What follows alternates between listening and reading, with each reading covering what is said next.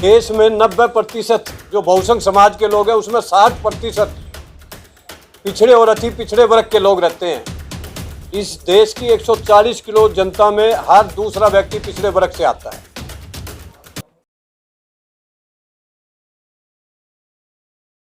ऐसे 93 से लेकर 2023 तक सरकारी नौकरियों में, स्कूल और कॉलेजों में उनका हक छीना जा रहा है। आज मैं क्लीमर पर बात करूंगा। साथियों, बीपी मंडल के द्वारा 1990 में मंडल आयोग का गठन हुआ था और मंडल आयोग की मांग की गई थी।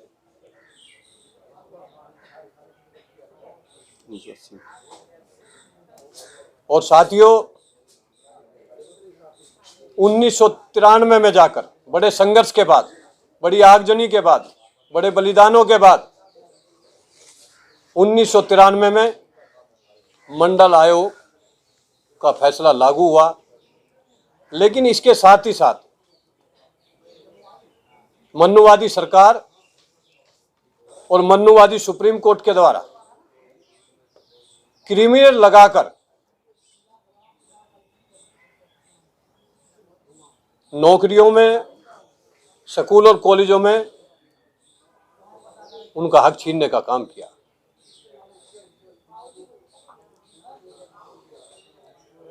साथियों,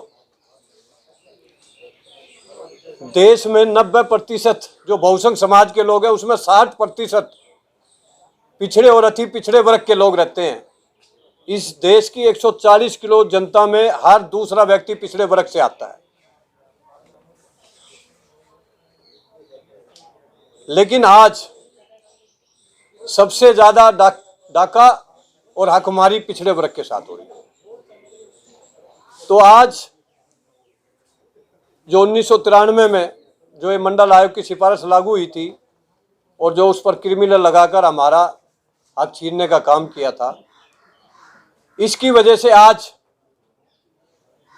जो 27% आरक्षण पिछड़े वर्ग को मंडल आयोग की सिफारिश पर लागू हुआ था 93 में, आज तक 10% नौकरियों में हिस्सेदारी पिछड़े वर्ग की हो पाई है। IIT, IIM, एम्स और केंद्रीय विश्वविद्यालय और विश्वविद्यालय में आज तक प्रोफेसर में 5% लोग ही ओबीसी के लग पाए। चाहे वो हाई कोर्ट और सुप्रीम कोर्ट में देखिए, चाहे वो मीडिया में देखिए, चाहे वो देश की 10 बड़ी बड़ी कंपनियों में देखिए, सबसे ज्यादा अगर आजादी के बाद और 93 के बाद अगर किसी का हक छीन रहा है तो वो पिछड़े वर्ग का छीन रहा है। तो मेरा आज प्रेस वार्ता के माध्यम से वर्तमान में जो मनुवादी सरकार बैठी हुई और मनुवादी जो सुप्रीम कोर्ट बैठा हुआ, उनसे मांग है कि क्रिमिनल के प्रावधान को खत्म किया जाए या इसको 15 लाख की जो 8 लाख की लिमिट है, इसको 15 लाख लिमिट किया जाए और ओबीसी का जो 27% आरक्षण है इसको 40% आरक्षण बढ़ाया जाए इसको, ताकि पिछड़े वर्ग की संख्या के हिसाब से नौकरियों में, स्कूलों में, कॉलेजों में पिछड़े वर्ग के बच्चों को इसका लाभ मिल सके। साथियों, कहीं ना कहीं आज SC, ST, OBC, CBC के बच्चों को NFS नोट फाउंड सुटेबल के बहाने से भी उनकी नौकरियों में स्वर्ण समाज के बच्चों को कॉन्ट्रैक्ट पर रखकर और बाद में कोर्ट का बहाना बनाकर उनको लगातार 93 से अब तक रेगुलर काम करने का काम किया जा रहा है। कहीं ना कहीं हमारी नौकरियों को जनरल बच्चों को दिया जा रहा है। तो मेरा आज इस प्रेस वार्ता के माध्यम से इतना ही कहना है कि पिछड़े वर्ग की जो 60% हिस्सेदारी है उसका आरक्षण 40% बढ़ाया जाए 27 से बढ़ाकर,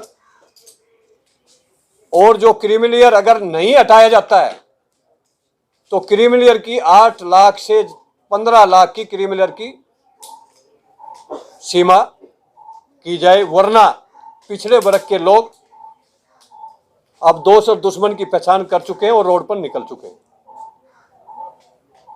और जो आज वर्तमान में पिछले 10 साल से एक ही बात पूरे देश में चल रही है, सबका साथ, सबका विकास, सबका विश्वास, लेकिन हमें तो ऐसा लग रहा है पिछले 14 से लेकर 23 में 10 का विश्वास और 90 का विनाश हो रहा है। क्यों? ये देश का प्रधानमंत्री अपने को ओबीसी कहता है। हमें पता है कि उसने मुख्यमंत्री रहते हुए उसने ओबीसी में अपने को डलवाया, क्योंकि शरण समाज से आते, उन्होंने छल किया ओबीसी के साथ। लेकिन फिर भी ओबीसी का प्रधानमंत्री होने के बाद जातिगत जनगणना के अंदर SC ST के साथ ओबीसी की जनगणना की जो मांग उठ रही है पूरे देश में, तो ओबीसी की जनगणना क्यों नहीं हो रही? क्या ओबीसी इस देश का मूल निवासी नहीं? क्या ओबीसी वोट देकर इस देश की सरकार नहीं बनाता? जो हर दूसरा व्यक्ति ओबीसी है पूरे देश में, क्या उनको सिर्फ राम मंदिर के आंदोलन के लिए धर्म के प्रति लगाए? आज ओबीसी जागरूक हो चुका है।